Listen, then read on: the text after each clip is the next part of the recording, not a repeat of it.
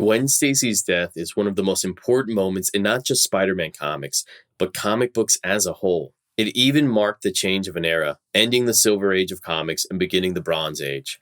But what would have happened if Gwen survived? That's what issue number 24 of What If from the original 1977 run tries to answer. As always, when the universe seems to change for the better, there's usually an equally bad twist to even the scales. And that's exactly what happened here. If you recall the original events of the night Gwen Stacy died from the summer of 1973, then you'll remember that Green Goblin kidnapped Stacy, tossed her from the top of the George Washington Bridge, and when Spider-Man shot his webbing to save her, the whiplash caused by the sudden stop snapped her neck. However, some fans actually like to dispute this point. Some thought she was already killed by Goblin while she was on top of the bridge. Others thought the obvious, that Peter's attempt to save her had killed her. And it wasn't until Marvel actually confirmed it was Peter's webbing that fans could rest peacefully. But in the same comment, Marvel confirmed that Gwen was going to die either way.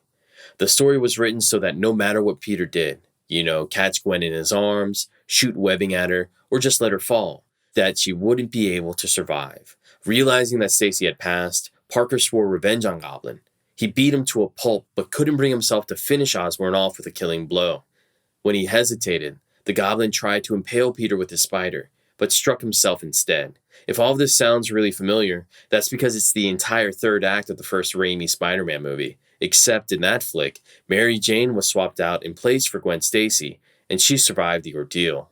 Now, in this issue of What If, Gwen Stacy managed to live after the fall, and when she woke up, she saw that Peter Parker was actually Spider-Man, and she was horrified. After all, this was the man who was responsible for the death of her father, Police Captain Stacy. She allowed Peter to explain himself, and he told her how her father really died, that he was caught in falling rubble after trying to save a boy, and how her father actually knew Peter's real identity. Even though he was a police captain, he never used that knowledge to apprehend Peter, no matter how terrible the Daily Bugle claimed that Spider-Man was. Now, after Gwen calmed down and accepted Peter's explanation, Parker became so overwhelmed with emotions that he proposed to her, and Gwen happily agreed. But there was one problem. What was Peter going to do about the Green Goblin? He was still on the loose. So Spidey chased Green Goblin around town, first attacking him in an underground meeting with some other criminals, and then after Goblin escaped, Parker continued the battle at Osborn's home. There, Norman Osborn and Spidey fought right in front of Harry. They traded punches until Spidey got the upper hand, and right when he was about to land a knockout blow, Harry picked up a candle holder and threw it at Parker.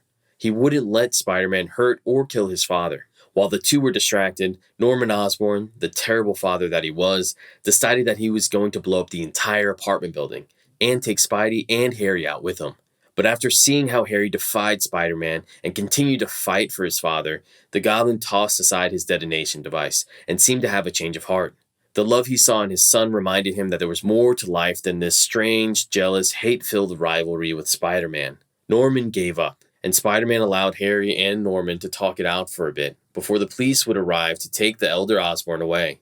Now, at this point in What If, it seems like only good has come of the universe.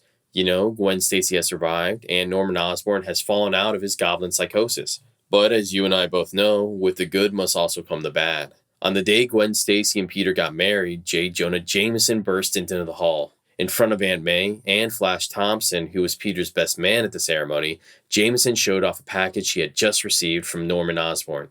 In that package, there was evidence that Peter Parker was in fact Spider-Man. The crowd was shocked. Aunt May immediately collapsed on the floor, and the cops who escorted Jameson to the building drew their guns and were about to fire on Peter, even though the room was filled with guests. Flash urged Parker to turn himself in, but Peter refused. On his wedding day, with Gwen Stacy waiting at the altar, Peter lunged through a window and began his life as a fugitive, finally becoming the villain Jameson always wanted him to be.